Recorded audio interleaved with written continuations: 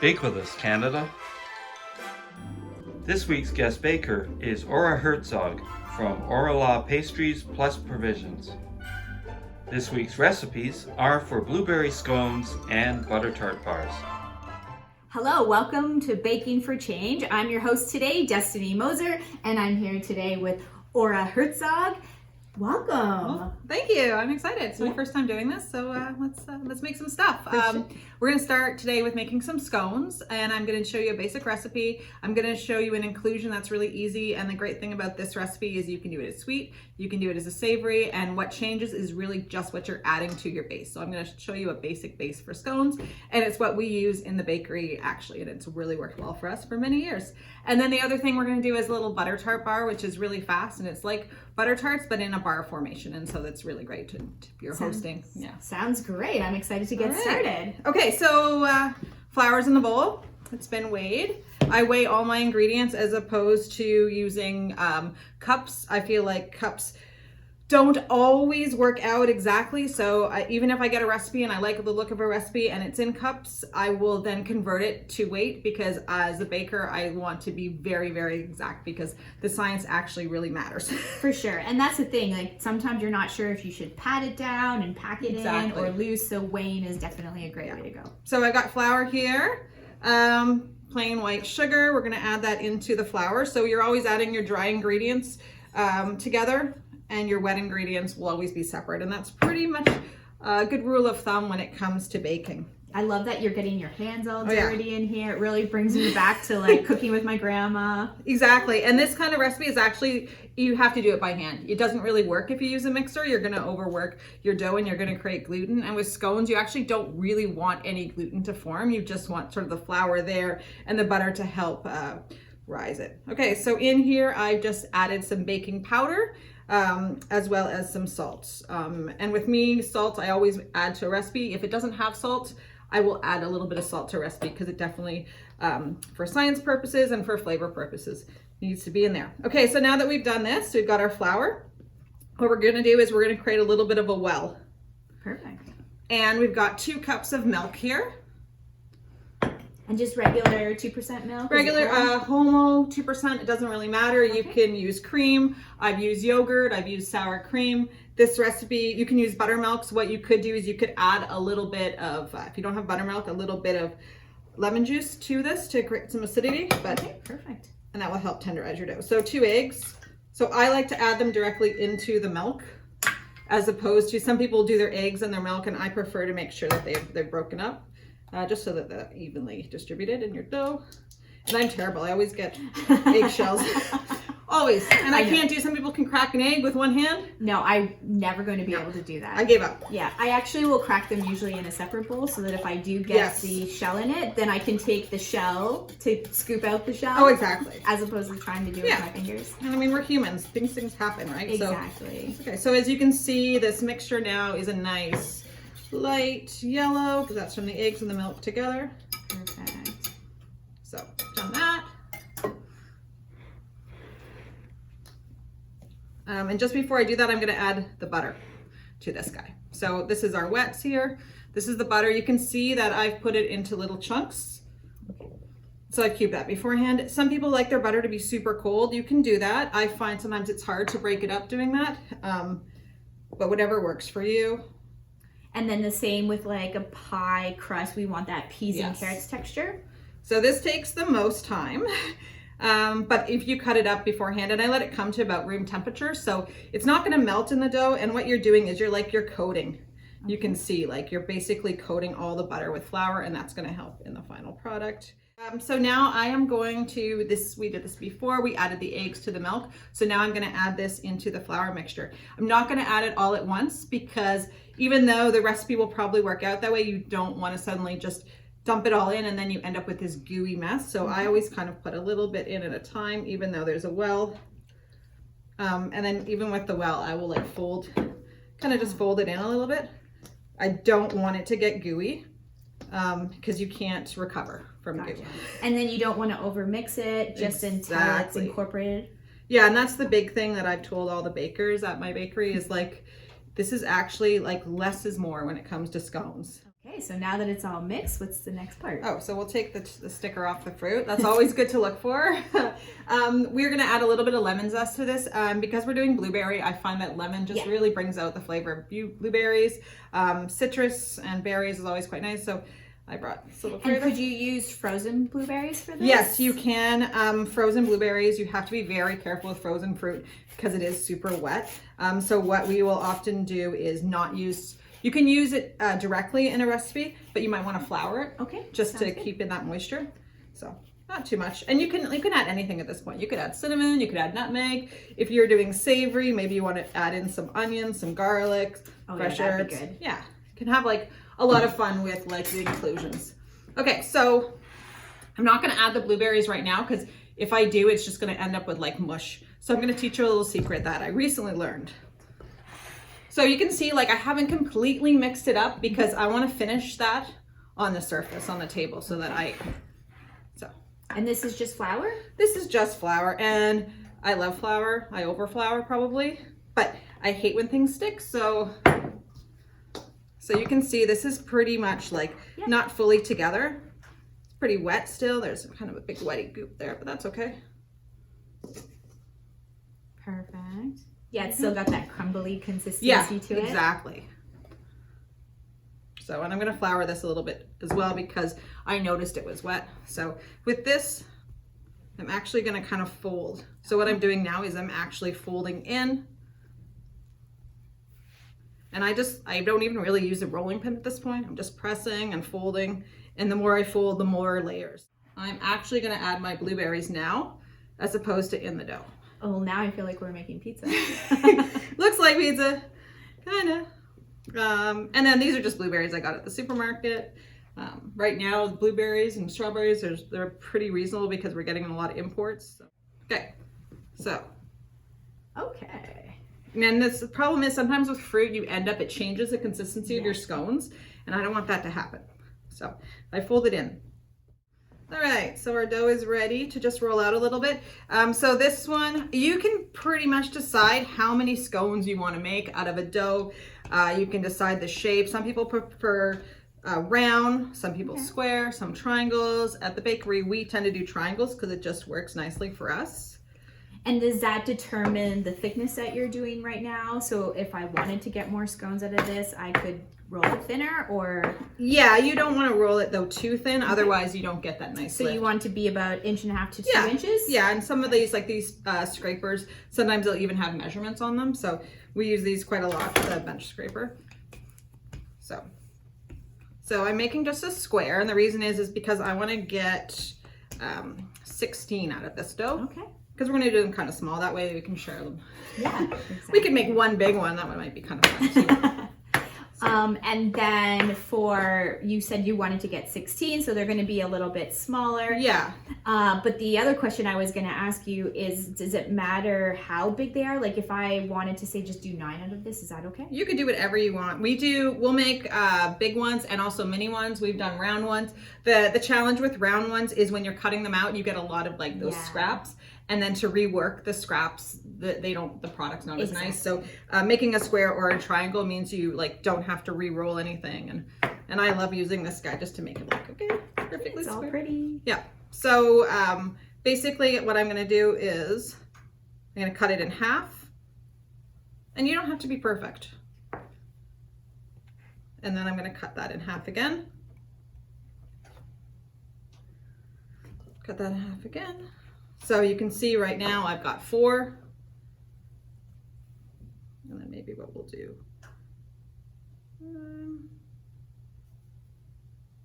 I love that you can just be like, I'm like, what? wait, how much am I I'm going to switch this up a bit. Yeah, I'm like, okay. We have like a very like specific system with the bakery. Like we know exactly the size of everything, but this one. So, But we're at home. Yeah, We don't need to worry about that. So I've made logs this time. But again, you can do what you want. So if we wanted to do square ones, there we go. We got some square guys with here. So we'll mix it up. And you can see like the blueberries are like right inside. So when it bakes, that blueberry is gonna like pop out. And then would you say these are going to rise a lot? A good amount. Just, okay. A good amount. So we're going to pop these in the freezer actually because we want to lock in that butter and get it cold. And if the butter's not melted when it starts baking, it's going to create steam and you're going to get this really nice lift. Perfect. So bring in your dish there. I'll just add a little bit of that one. I'm already looking at these and I'm like, can we just eat it? Well, you could. I don't know if it's... Maybe you shouldn't. Yeah, maybe not. So these ones I'm going to do like a long triangle. Okay. And then how long do we have to put these in the freezer for? Till they're frozen. Okay. Yeah. So like a couple hours. So yeah, like we tend to freeze them overnight, but as soon as they're super cold, so maybe a couple hours will be fine. We're probably going to bake them a little bit sooner here today, but that's okay. Good. Well, there's lots of different shapes and sizes you can do. So we'll get these in the freezer. So before we get started on the next recipe, let's talk a little bit about your bakery and how people who live in the Waterloo region area can find you. Sure. So the bakery is located at 324 Frederick Street in the heart of the Central Frederick neighborhood, which is about a 15-20 minute walk from downtown. So it's a really great residential neighborhood. I've lived in that area for 20 years, so it's where I call home as well. And so the bakery's been there for 5 years. We did a rebrand a few years ago, and so the new name of the bakery, which has been around now for 2-3 years under this name, is Orla Pastry Plus Provisions, and Ora's my name. And when I was doing the rebrand, I wanted to personalize it more. I thought, well, what do I name it? I don't know what to name it, right? And I remembered that my grandmother calls me Orla. And my grandmother's going to be 106 soon. So I visited her yesterday and she is losing it a little bit because when I said I have a bakery, she's like, what? You have a bakery?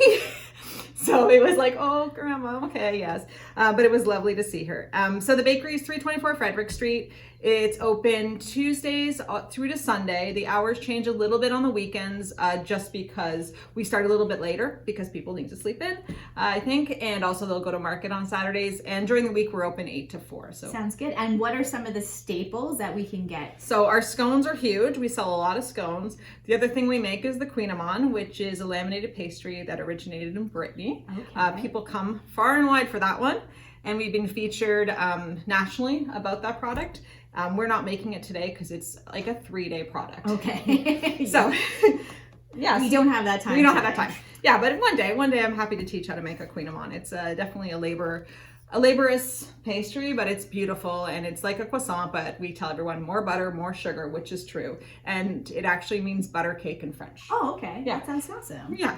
And so for this second recipe, what are we making? We are going to make a butter tart bar, as I mentioned before. I had this a few years ago and I was like, oh, this is perfect. It's like this buttery crust and it's not super gooey, which happens in a butter tart. Yeah, for sure. It has a really nice shelf life, so you can leave this up to a week and it tastes amazing. You can also freeze it, which is also great. We find with a lot of baked goods, actually freezing is something that you can do with some baked goods. So like if cookie dough, let's say you make a batch of cookie dough at home, you don't have to bake all those cookies. You can actually just freeze some of those dough balls and then bake them off later in the week if you just want a couple cookies. That's a great idea. Yeah. So you can see right now we've got this melted butter. At the bakery, we will use the stove to melt the butter. Here we just put it in a microwave. So 2 minutes in the microwave will give you a nice melted butter. I'm gonna add the flour to this mixture here. And sorry, with the flour, all it has is a little bit of baking powder as well as some salt. Okay. So basically, we're just gonna mix this together. I love that it's just butter and flour, basically. Yes. Yeah, and I think that like a lot of our pastries, that's like our base is like, and there's a little bit of sugar in here too, I should say. Perfect. It's already getting that like kind of muffin consistency. Yeah, exactly. Yeah, and it's just, you really just kind of want it. It is like almost like a shortbread, but the melted butter is like of that brown butter flavor. Okay. That you wouldn't get if it was just shortbread. Goodie Goodie is a non-profit bakery offering training and jobs for refugee youth. Hi, it's Stephen at Goodie Goodie, and that was Wendy Pauls, the host of the Baking for Change show. We're getting ready to launch our first ever pop-up bakery, and we could really use your help. We want to earn our way, not just accept donations.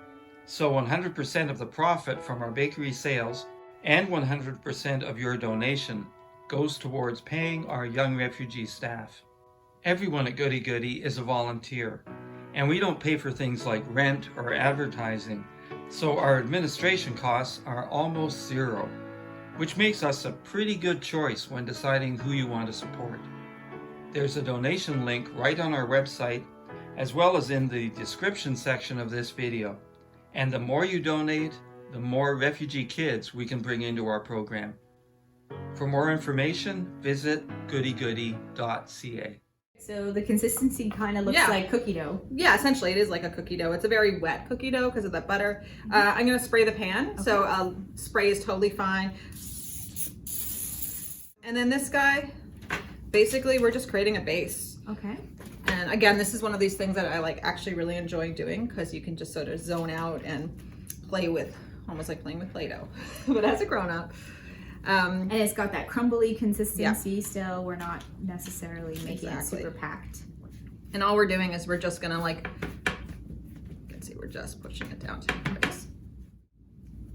And again, it's one of those things that it's all your hands. Get the kids in the kitchen. Oh yeah. And it's, you can just it feels good though, it feels nice. It feels nice to sort of make it work for you.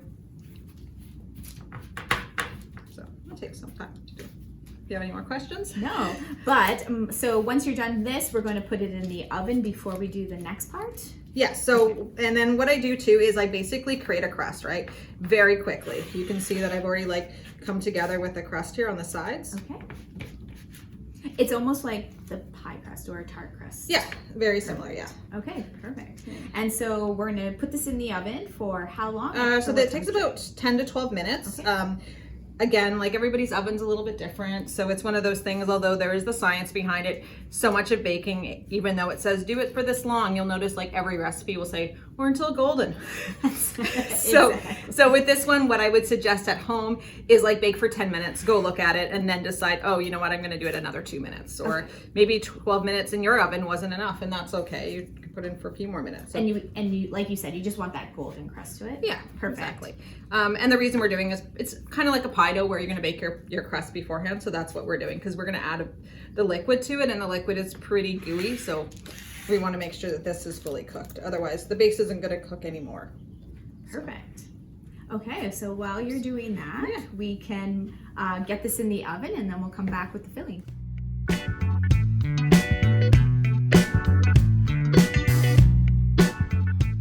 So right now what we've got here is we've got butter that is melted. You can see it looks like a lot of brown sugar, but that's okay. It's actually going to it's going to reduce down. 8 eggs, so a lot of eggs go in this as well. Okay. We've got some flour, baking powder, as well as salt. And so what I'm going to do is we always use unsalted butter. At least I do when I'm baking, because you can control the salt. And so if you're in my house, we tend to have butter that has salt, which we'll use for toast or something, and then we also have unsalted. For sure. So I'm going to actually add the salt to the butter. Okay. Sometimes you could do it where you could add it to the flour, but as you can see, we don't have much flour, so let's not do that. And it's okay to use the same whisk. It's all going in the same place. Okay, perfect. So I'm going to make sure that that salt is properly mixed together. Your baking powder and your flour, they can just get added together here. Okay, perfect. And then it's not very much, so you can use your finger just to do that. We're going to set that aside. And now we're going to add brown sugar into the melted butter. Okay.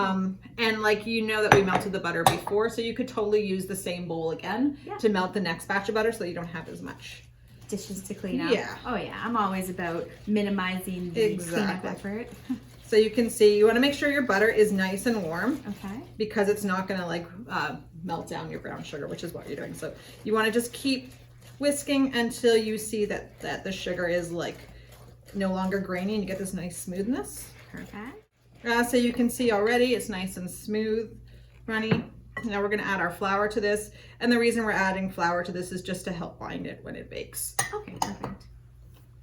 So then the big question is, at this point, can we add anything? I know there's always the big debate about raisins and nuts and things like that. You could add, sometimes we'll add nuts to it. You could add a little bit of bourbon, which is nice. Oh, you could add vanilla, you could add a little bit of rum. The nuts you could add now, but it just gets harder to mix. So when you're baking, it's almost like put your base down and then you could sprinkle nuts on. Okay, perfect. And the same with raisins. Okay, so you can see we've incorporated that flour nicely. Okay. And now this is not too warm, but we want to make sure it's not too hot. Otherwise, we're going to cook those eggs. Oh yeah, makes sense. So we can just add a little bit. Ooh.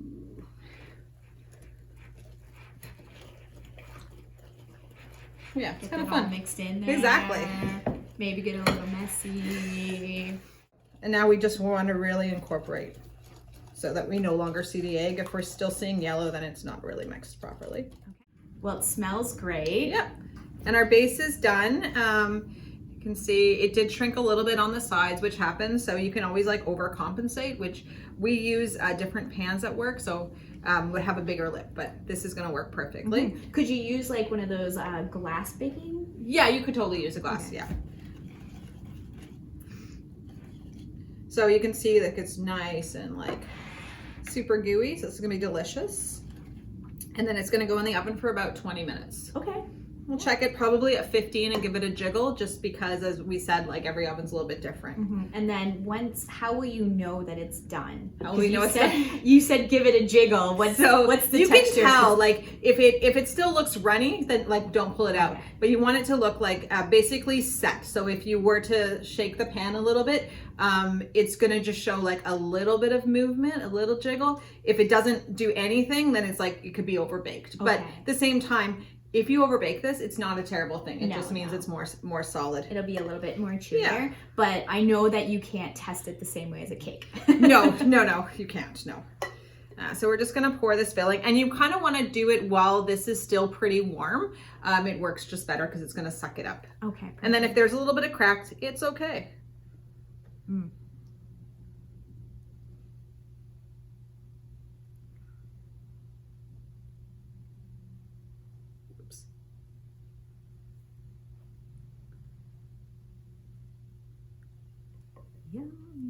Yeah, and you don't even want to touch it at this point. Like you don't need to, do anything to this beautiful swirl that's in there. That's okay.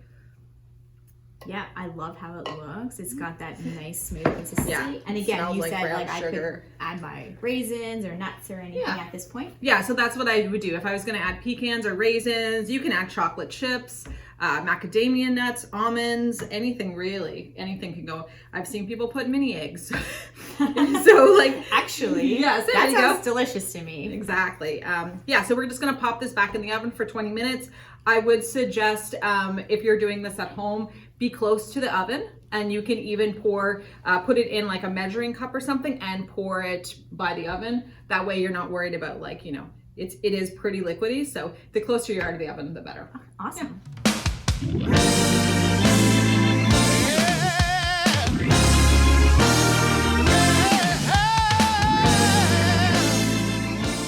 Pulled these out of the freezer. What's the next step? Okay, so I like to put a little bit of milk on top. You can see sometimes it's hard with a little blueberry here, but that's okay. And then I'm going to put some sugar on it as well. You could do egg wash, which is going to give you a nicer golden color. You can put cream. This is really I'm going to add a little sugar so it helps the sugar stick, but it also helps with the coloring. And you can, I don't know if you can see here, but you can see the chunks of butter in the layers, and that butter, when it bakes, it's going to expand, it's going to create steam, and it's going to create those layers we want.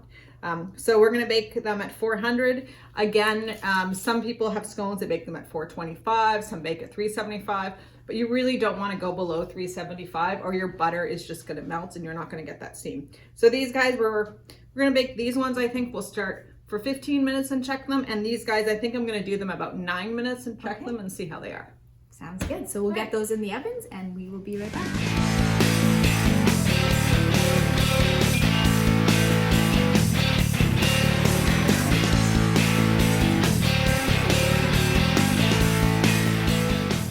So I'm going to keep talking about the SUG Idea Factory. You're going to hear a little bit of noise behind probably, and that's because we are like operating in a church here, and part of sharing space is sharing the noise of spaces.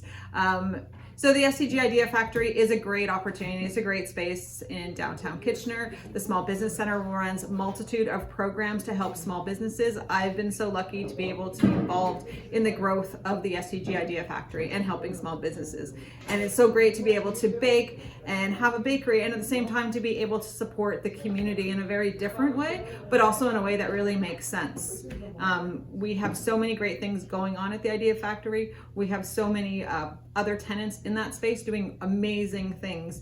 I definitely would say check us out, check see what programs we have, and also the tenants in the space and what they are up to.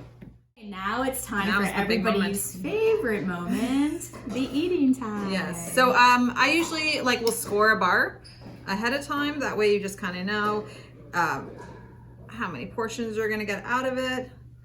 Before you even cut down, you can kind of score. You can see I didn't even do it evenly, so nobody is perfect, so don't feel like you have to be perfect. And then we'll just score this one. It's still a little bit warm because oops. Let's see if this comes out. This is the big moment. The first piece never comes out nice. It's like a pie. Oh, no one 100%. ever wants a first piece, but I actually like the first piece. Let's see how we're gonna go here. Looks perfect to me. Oops. There's one little piece there. Another piece there. Yeah, and you can hear it when you get through. You can hear that little crunch. It's kind of a satisfying sound. You're like, oh, I made it through. So you can see, look at that beautiful interior, nice and gooey. Nice. That. And then we've got our scones here too. So I've got a little bit of icing sugar that I found here at the kitchen. And usually if you put it in a little sifter or you've got a little thing, it makes it easier, but I'm gonna use fingers because I've made everything with my hands today, so might as well continue with that. And the thing about icing sugar, you can put a lot on because what happens, it does sort of melt out. So this, and so these are the small ones. The larger ones are taking a little bit longer, but you can see that gorgeous layering that's happened in the scone. I'll give you that beautiful one. And this will be mine. Perfect. Well, bon appetit. Yes. I'm excited to try this. Okay, you try, you go first. Okay. Yeah, and you don't even eat sugar. No, not really. So what I love about it is that it's got more of a cookie crust or texture to it than a traditional butter tart, and it's not overpoweringly sweet. No. And that's because when you're using real ingredients, things tend to not be as sweet. And then these scones are still warm, and so that's the best part about scones. When they're warm, and you can see the steam is still coming out of the scones. Oh yeah, it's super flaky. Yeah, super, yeah. It's not dense at all. A lot of scones tend to be dense for me, but this is great. And you can see how the blueberries, the layering side, worked really nice for them. So, and it's still a little bit warm. So the thing about baking is things even continue to bake when they come out of the oven, and I think people forget that. So it's okay if you're like, oh, it's not quite ready. It's yeah, but it's still cooking. Exactly. So the same with these scones. They're still warm, so there's still a little bit of cooking going on. Perfect. Okay, we're done. They're starting to play ABBA.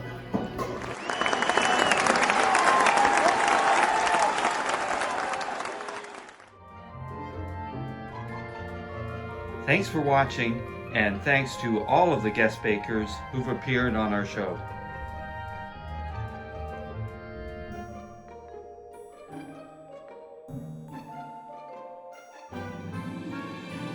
Special thanks to Destiny Moser and Aura Hertzog, ClickBid Studio, Redpath Sugar, Danby Appliances, and Community Christian Reformed Church.